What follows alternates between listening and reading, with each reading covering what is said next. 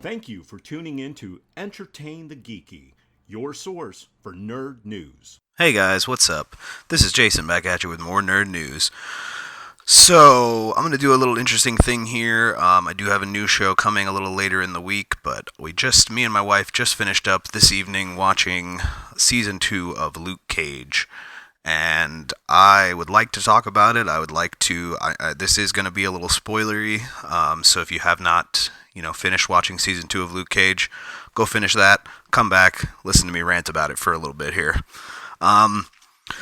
So right off the bat, what I really dug is, yes, there was a mini-series that happened in between season 1 of Luke Cage and season 2 in The Defenders, where he teamed up with, Daredevil and Jessica Jones and Iron Fist to fight the Hand Ninjas and their leadership trying to destroy New York. So, while that miniseries wasn't terrible, it wasn't, I think, what a lot of fans expected.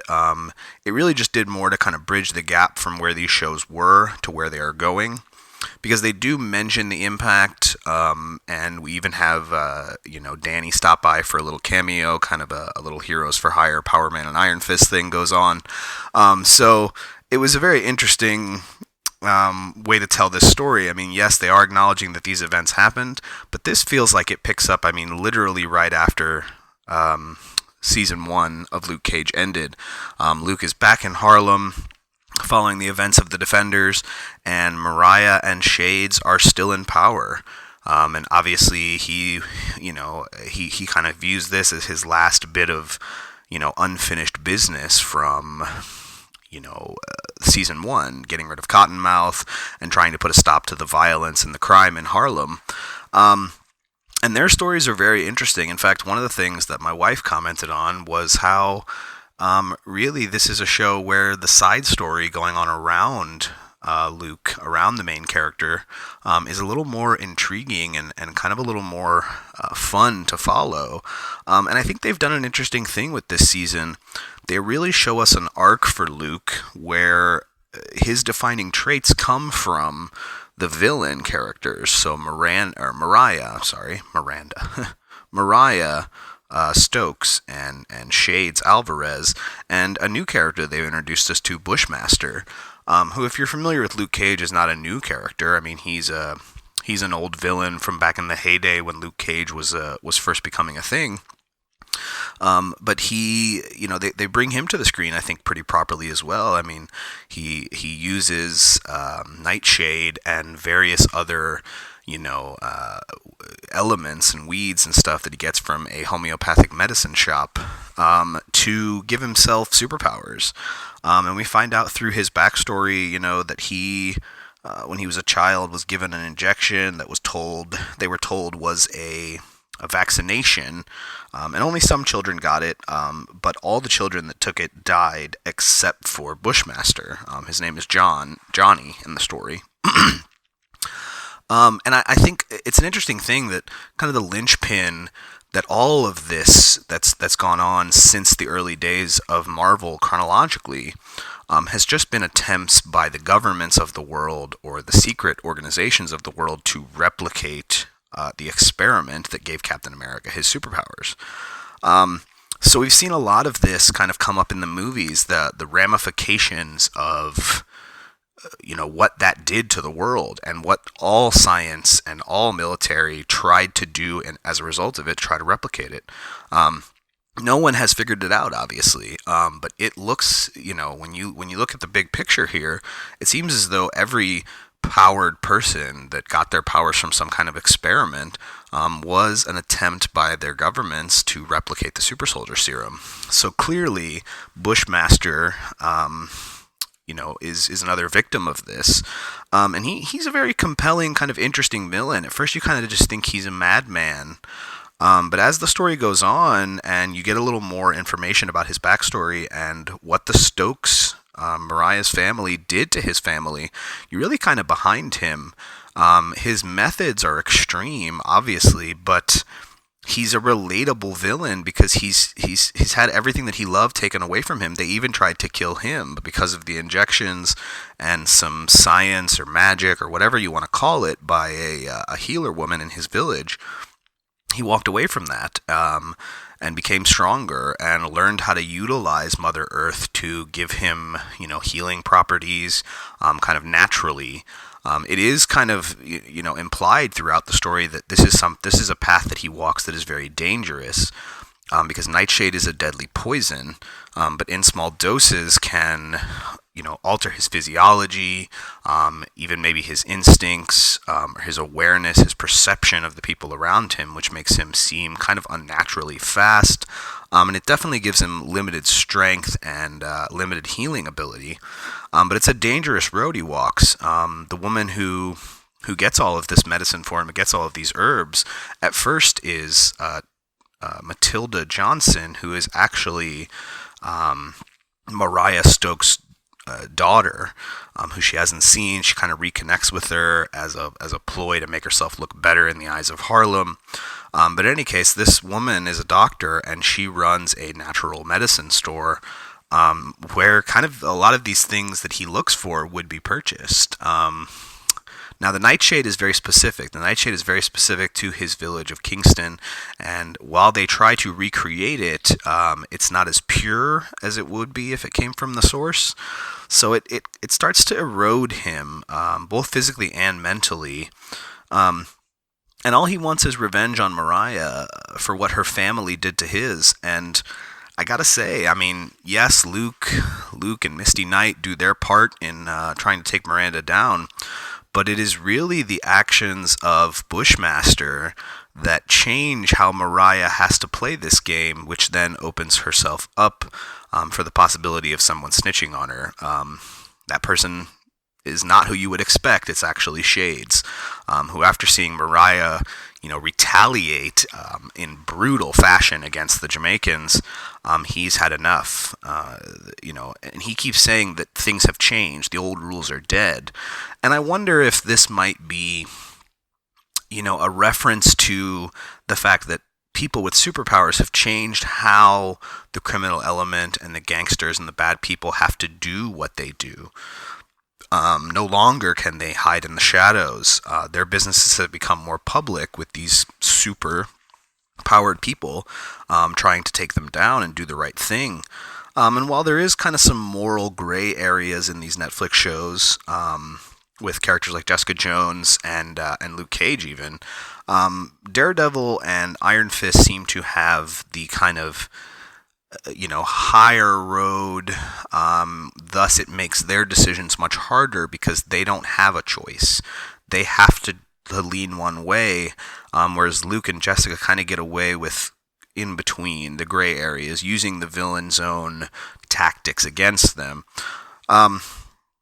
So Bushmaster, great new addition to the show. He does make it out at the end, and I really hope that he comes back around because I think he's a great villain. And even though his work is done, I feel like we haven't seen the last of him because, he finds in Luke Cage this equal, this man that he never, a man like him, someone he never thought he would encounter. And the comments come up, as they often do, between superheroes and villains, that we're not so different. And when you look at what ultimately Luke has to do to win this fight, to put Miranda behind, or to put Miranda, why do I keep saying Miranda? To put Mariah behind bars, you realize that he does have a kinship with some of these bad people and how he does things, and just the drive, the will that drives him is very similar to how they operate.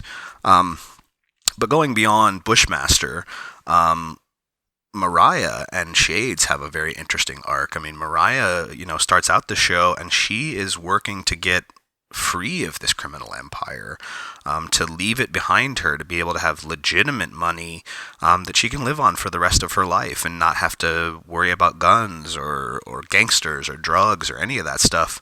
And it's it's an interesting arc for her as well. But all of this, I think, leads to her downfall. I mean, she wants out, but the legacy of her family will not let her go. The Stokes, she is a Stokes. And even though she calls herself Mariah Dillard, that is just a cover. She is a Stokes through and through. And if you remember back in season 1, I mean, through some flashbacks, we were introduced to her grandmother, Mama Mabel. And even though this woman cared very deeply for Harlem, she did some very terrible, twisted things to have her power and to keep it. And those around her did terrible things, and she seemed to just ignore the suffering of her grandchildren in Mariah and Cornell, Cottonmouth from the first season. And it's an interesting road for her. It's interesting to see her transformation from someone who really just kind of wants to leave that darkness, that legacy behind, to someone who ends up becoming Mama Mabel herself and becoming very callous about the idea of death and the innocent getting caught in the crossfire.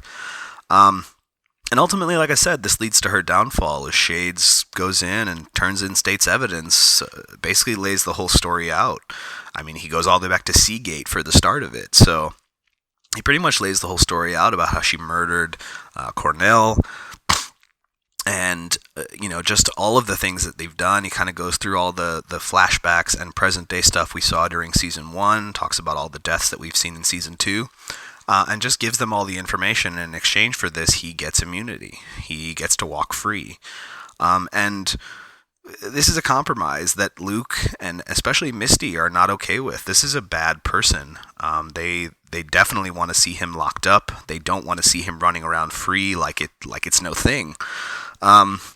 So it's an interesting kind of moral quandary that they find themselves in. I mean, Misty is another perfect example of someone who becomes very disenfranchised with the law and what it can do.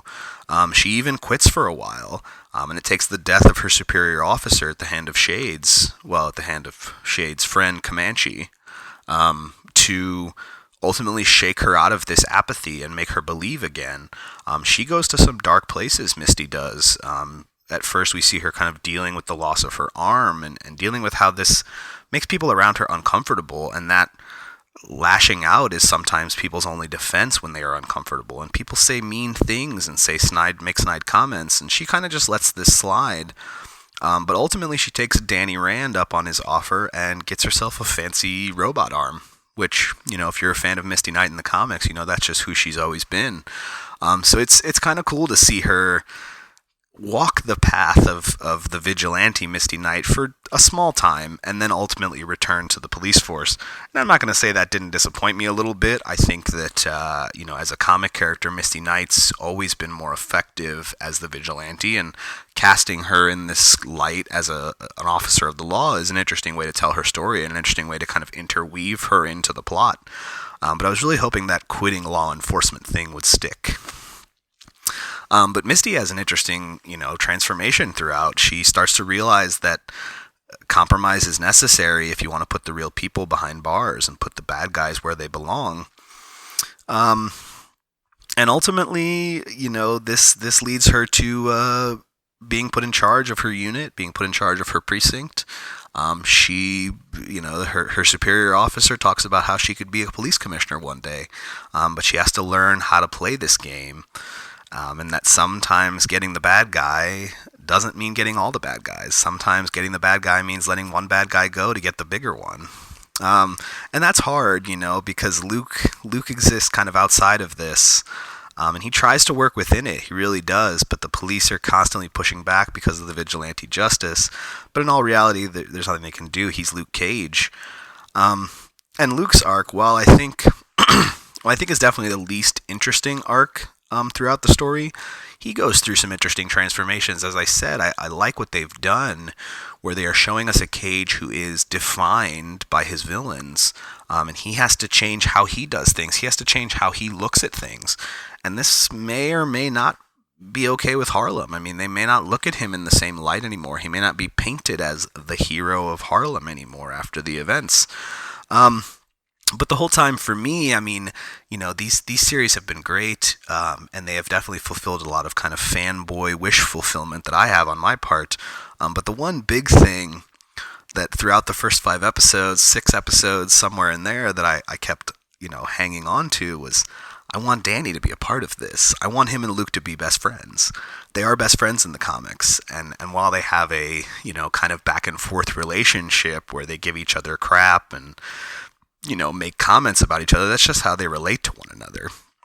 And they really do have a bond in the comics that goes beyond, just the superheroes working together kind of thing. They are friends. They care about one another. And I really wanted to see that get established, because they kind of leaned us down that path a little bit in the Defenders, but ultimately we kind of shied away from delving too much into that. And what I didn't realize until we got to that episode in the series was they were saving it for this moment. We have an excellent moment where Danny, on Claire's insistence, goes to make sure Luke is okay and goes to help him.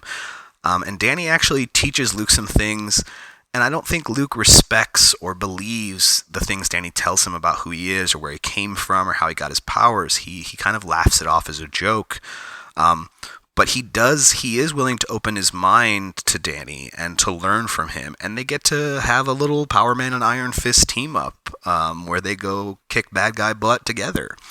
And if you've ever read those comic books or you've ever liked those two characters as a team, this episode is great. And I know people really didn't like Iron Fist as a series, but I think they did a little bit of evolving of Danny throughout the Defenders, and ultimately he, through that series, kind of is going to take on the role of protecting Hell's Kitchen, because Matt is presumed dead by most of them. Now, obviously, we as the viewer know Matt made it out of there alive, and he's in the he's currently in the I guess in a church. I'm not really sure. They didn't really make that quite clear.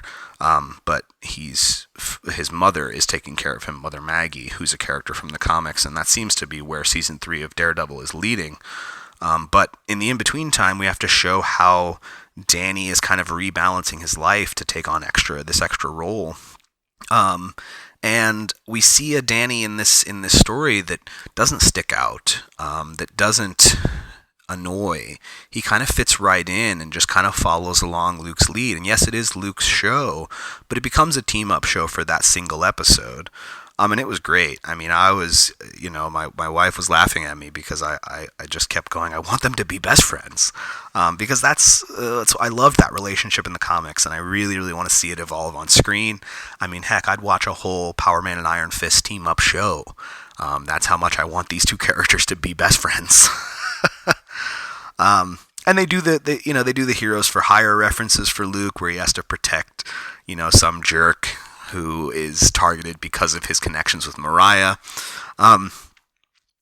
So there's all kinds of little references to comic things, and maybe to the future of this franchise, because I really don't know where they're going to go. I mean, we do have another season of Iron Fist to come before we see another season of Daredevil.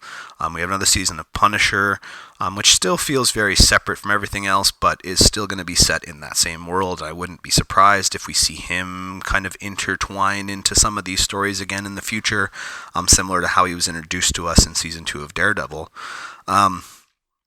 But Luke's the ultimate end game for Luke here is, without Mariah, Harlem falls back into chaos, with these different gangs who have always been blocked by the Stokes, that see a power vacuum and try to seize it. And so what Luke ultimately has to do is become kind of I don't want to say a criminal, but he has to go to a dark place in order to regain control of his city. He has to bargain with criminals. He has to bargain with the head of the Italians, the head of the Chinese, the head of the Japanese, in order to keep Harlem safe. And ultimately Mariah, she gets killed while in custody, by her daughter, who has a great arc as well, even though she's a very side character in the story, who ultimately sees the Stokes legacy as something that needs to end, and takes it upon herself to poison her mother. And while when she dies, she leaves some of her things in a will to her daughter and to Luke. She leaves her daughter Cornell's keyboard. Cornell apparently was the only Stokes that ever cared or was ever nice to her daughter, and didn't treat her as the weird outsider that everyone else did. He cared for her, no matter where she came from, which she came from some pretty dark places. But ultimately, she dies and she leaves Harlem's Paradise to Luke Cage. And the reason she does this is kind of her final laugh. I mean, she gets her one, final moment to show that she wins. She does this because she knows that Luke will try to use this seat of power as something that he can do good with. But ultimately, this might lead the citizens of Harlem to see him in a different light. And she says she leaves it to him because the club should go to someone who cares for Harlem as much as she does. So we see in the final moments, in the closing moments of the final episode, we see Luke as a crime boss. I mean, he's not a crime boss, but he definitely takes that role. He's in the office, he's in the balcony, he's got guards, he's got, conversations that Misty can't be privy to. And Misty, I mean, she tells him, look, if you fool around with this, don't think I won't take you down. And Luke, in classic Luke fashion, says, well, I'm counting on that. I think he knows that he's kind of teetering on the precipice here, and that if something were to happen, if he were to cross a line, he needs Misty. He needs everyone to help keep him in check. But I mean, that's where we leave it, and it's going to be an interesting thing to see where they go with Luke from here. What does this mean for him? Is he going to continue to kind of reign over Harlem from his perch atop Harlem's Paradise, similar to the way Cottonmouth and Mariah did? And then Mama Mabel way back in the day and Uncle Pete.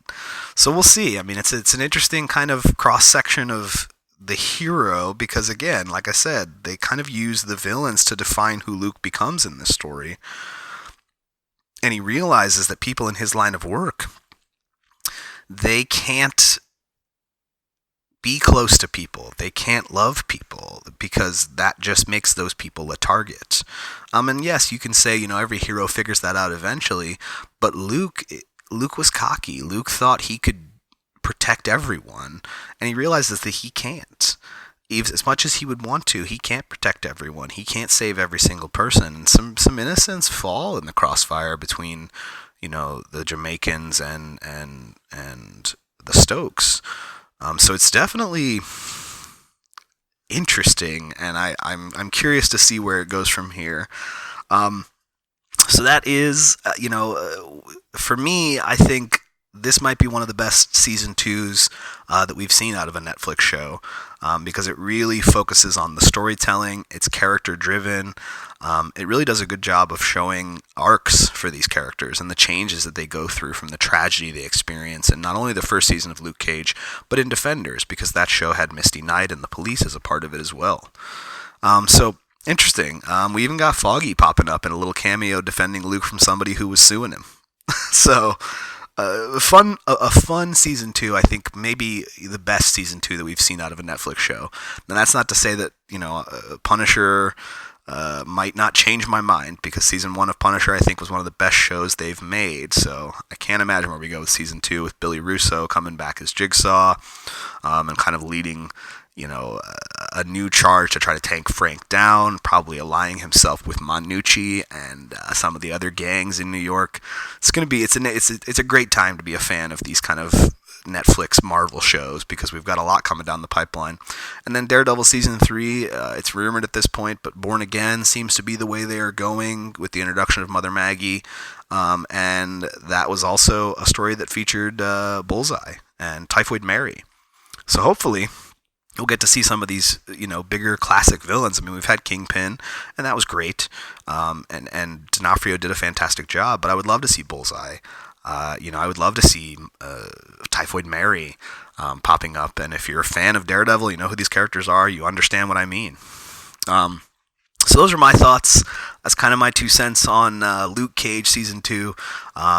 Really, really, really worth checking out. Worth watching again. Probably going to watch Season 1 of Luke Cage again, just because it's kind of gotten me in the mood for Luke. But that's going to bring us to the end here. Again, I will have a regular news show going up in a couple of days here, so don't worry about that. But until then, do me a favor, guys. If you're digging what we're doing here, go on over to entertainthegeeky.com. We've got some events coming up. We've got a Kickstarter that we're going to be launching soon. So keep your eyes open for all of that. We are on Facebook at facebook.com/entertainmentgeeky. If Twitter is more your social media platform of choice, we are there as well at entertaingeeky. And if you want to chat with me, suggest things, ask questions, maybe Skype in, talk about things that you're passionate about, you can hit me up via email at etgnerdnews@gmail.com. I'm going to see you guys next time. Until then, stay geeky.